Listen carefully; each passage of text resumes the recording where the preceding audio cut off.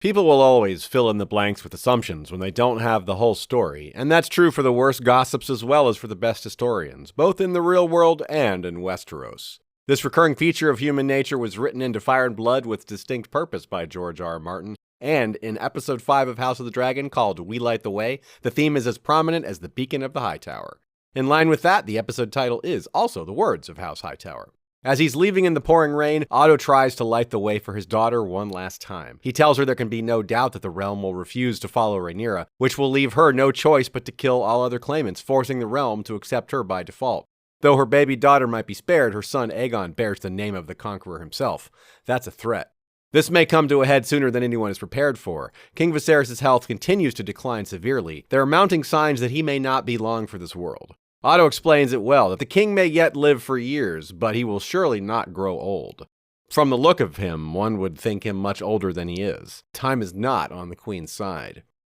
The king is plagued by a leprosy-like condition which continues the ongoing metaphor of the burden wrought by sitting the Iron Throne. With death in sight, Viserys has been concerned with his legacy. He says that while he has won no great victories, he has also suffered no great defeats, the suggestion being that his reign has been forgettable. However, the wedding of his daughter and the heir to the powerful House Velaryon is a chance to do right by her while also making a good choice for the realm and potentially creating a legacy for himself in the process. He calls it the Second Age of Dragons, the first having been in Old Valyria, which he has been obsessed with for much of his life, which we see primarily through his model project of the Freehold's capital.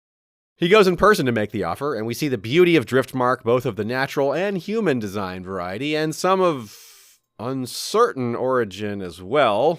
While House Velaryon and House Targaryen have wed before, the circumstances are much different in this case. Note that Lord Corlys did not make assumptions, at least not with regard to the succession. He sought clarity on a number of issues before accepting. They agreed that any Velaryon ascending the throne will be called Targaryen, any others remaining Velaryon. Also of great importance, Viserys tells Corlys and Rhaenys that Laenor and Rhaenyra's firstborn will be heir to the throne no matter their gender. Corlys does make an assumption, a mistaken one, that his wife wants justice for being passed over. She tells him she's moved on from that, but now they're back in the game anyway. It's a more intimate and unique arrangement than most marriages, but also arguably the most powerful alliance ever seen in Westeros to date. Though Viserys laments his own lack of achievement, House Targaryen has never been in better shape, with so few challenges, so much wealth, and so many dragons, while House Velaryon has never been richer than under the Sea Snake, and never before possessed with dragons at all. Now they have two whom we see arrive at the wedding, Rhaenys on Meleys the Red Queen, and the groom on Seasmoke, who we saw in the Stepstones. They may even have a third dragon, as Laena is certainly capable like her twin brother. Regardless of how many dragons House Velaryon has, they are now married to the house that has all the rest. Their children will be dragon riders as well if they're up to it. Rhaenys says even shoring up these details doesn't get around the ultimate problem, that the realm won't accept Rhaenyra, not easily. It's essentially the same point made by Otto, but from an ally this time. House Hightower is as well possessed of this potential. Alicent has her uncle's backing, but what she really needs is dragons. Not only does her son bear the name of the Conqueror, but he has his bloodline and his father's look. He has a sister, Helaena, as well, every bit the blood of the dragon that he is. House Velaryon would no longer be the only house married to the throne and possessed of dragons, if this came to pass. Prior Velaryon-Targaryen matches were likely happier affairs as well. This one started off well enough, but it went wrong quickly and ended quickly. The first trouble was minor. Daemon, though banished from court to the Vale, simply showed back up. Viserys, not wanting drama to disturb an event he thought might help define his so far lackluster legacy, simply called for a chair to be added to the high table and waved it away for now. Daemon had gone to the Vale as ordered, but returned just as quickly when his wife Rhea Royce was killed by him. Though he certainly finished her off, it's ambiguous exactly what he intended in the first place. She assumed he was there to kill her, and he may have been, but he had drawn no weapon, only reached for the reins of her horse. Her horse was startled when she reached for her weapon. It reared back too far and broke her neck. As we've seen him in a few other scenes, he never actually spoke a word, adding to the mystery of the moment. Almost immediately upon sitting at the high table, he takes a long look at Lady Laena, who looks back. They have a flirtatious conversation not long after, but before he pulls aside Rhaenyra. Alicent herself was the second bit of trouble, doing something entirely unexpected. To this point, she had been focused on harmony between her and Rhaenyra and her husband, seeking to avoid the future her father had called inevitable. She interrupted her husband Viserys' speech while notably wearing the colors of her father's house rather than the king's, The very definition of fashionably late. The queen acted like a queen for the first time, dominating everyone's attention, slowly making her entrance, not in any hurry at all to take her seat, not allowing him to continue. She was green and righteous, and green was the queen.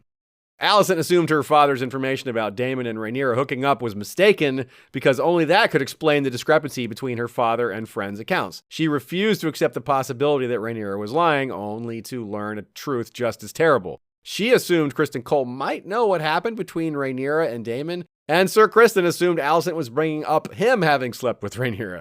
She feels overwhelmingly betrayed by her now former best friend either way. She stood up for Rhaenyra, and her father paid the price and confronted her with it. Otto told Alicent that she should have seen this coming, and he turned out to be right. After such a costly mistake, she's likely determined not to make any more, especially given what's at stake. Alicent no longer trusts Rhaenyra, and that trust was the only reason she didn't fear for her children. Now she does.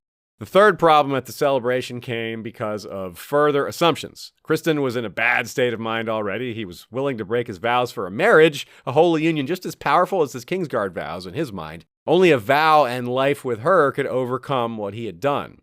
It was the only way to balance that out. Criston assumed Rhaenyra would be willing to leave it all behind. Surely, given her complaints about forced marriage and the burden of rulership, she would rather run away. But she never even considered the possibility. She was confused by what he was saying at first. Her aim was to keep him as a secret lover. She thought he'd be happy with that, and Rhaenyra's assumptions were just as deadly and tragic. She assumed he would be fine with that compromise and was so confident in that assumption that she told Sir Laenor beforehand so as to come to an arrangement with him. The princess had surprised Sir Laenor into happiness, telling him he could keep his lover as long as he did his duty to make heirs. To prove she was serious, she basically admitted she had her own lover. Laenor happily told his paramour Sir Joffrey of their luck that this political marriage would not actually interfere with their relationship, which they surely feared going in. It really looked like it would work out, but they don't know that Game of Thrones weddings never go well if they're on screen. So in summary, Rhaenyra's assumptions about her future with Sir Criston were passed to Laenor, who then passed them on to Sir Joffrey, who in turn, at the wedding celebration, went to assure Sir Criston that everything was cool. Sir Joffrey assumed this assurance would be welcome. He thought he was winking to the other man, a secret handshake between the secret lovers. He was being arrogant, but not threatening. He told him they'd all get what they wanted out of the situation, but Sir Criston saw it as anything but that. He wasn't actually getting what he wanted at all. Sir Criston felt rejected, ashamed, and worthy of nothing but death. In that state of mind, he assumed far worse things than Sir Joffrey actually intended. It may have come off like taunting, like driving the wound deeper, like blackmail maybe. Sir Criston's shame may have been deepened by the realization that far more people knew about him and the princess than he thought. Who was this man just coming up to him knowing about his relationship with Rhaenyra? It must have been quite a jolt, and he had already been quite jolted. It might have led him to think his life was truly forfeit, and Ned once told us that a man whose life is forfeit will not flinch from any crime. Given the theme we're drawing your attention to, I won't make too many assumptions, but the result was brutally clear.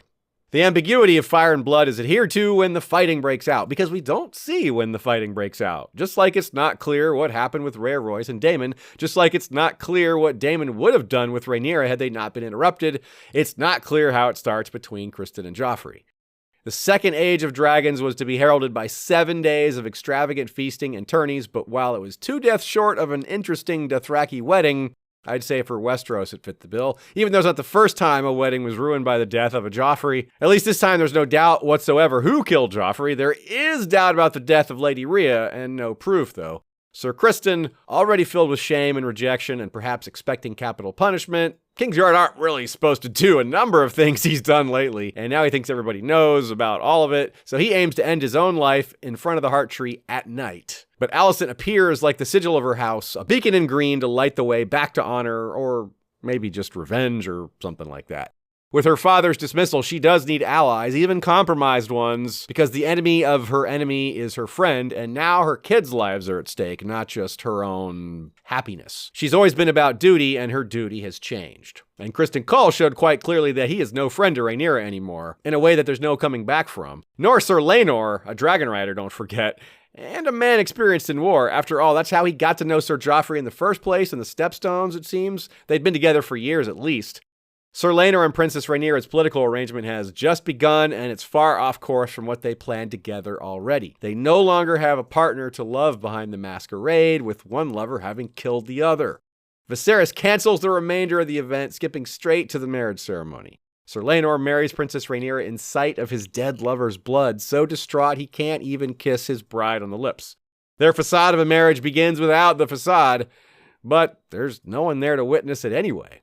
Viserys continues to have horrible results during festivities. He tried to have a celebration for his son's birth, only for both the son and his wife to die. He tried to hunt the white stag, but wound up with a brown one instead, plus a whole lot of other drama. Now he tries to host the biggest wedding celebration scene in years, one for the history books, and it will be in the history books for all the wrong reasons. It erupts in violence and subsequent cancellation. This after such incredible extravagance, the arrival of the various major families, the decorations for the welcome feast, the Velaryons, their navy, their dragons, their outfits. This is not good for Viserys' legacy either, and perhaps he's really feeling that. He collapses, not for the first time in this episode, just as they're saying their vows. This kind of foreshadowing isn't meant to be subtle. The so-called Second Age of Dragons began with epic fanfare and ends with a whimper, highlighted by the king who's trying to launch it collapsing during the ceremony, as a rat, perhaps looking for cheese, finds blood nearby. A few other odds and ends worthy of mention.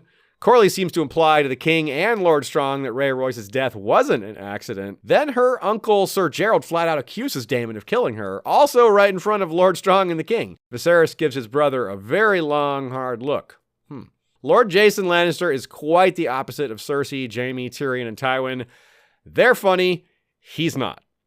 Also not funny, but quite serious is Larry Strong, who uses overly kind language to make very pointed remarks, not unlike a man whose name rhymes with his, Varys. Why did Larry spill the tea about the tea to Alicent? His father seems to be aiming for stability and consistently giving good advice to the king. His elder son muscled his way through the brawl like only a strong can, scooping up the princess to ensure her safety. So he and his elder son have done nothing but serve well. Why is the younger son stirring up trouble?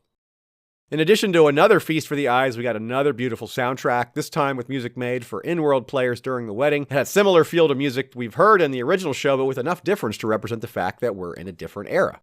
Factions are forming as grievances and grudges intensify, and the seemingly inevitable death of the king looms over the Iron Throne as we head into the biggest time jump yet. Join History of Westeros on YouTube during the season every Monday at 6 Eastern for a much more in-depth review of each episode, and every 3 p.m. on Saturday as we look ahead to the next episode while mixing in discussions from the books with guests.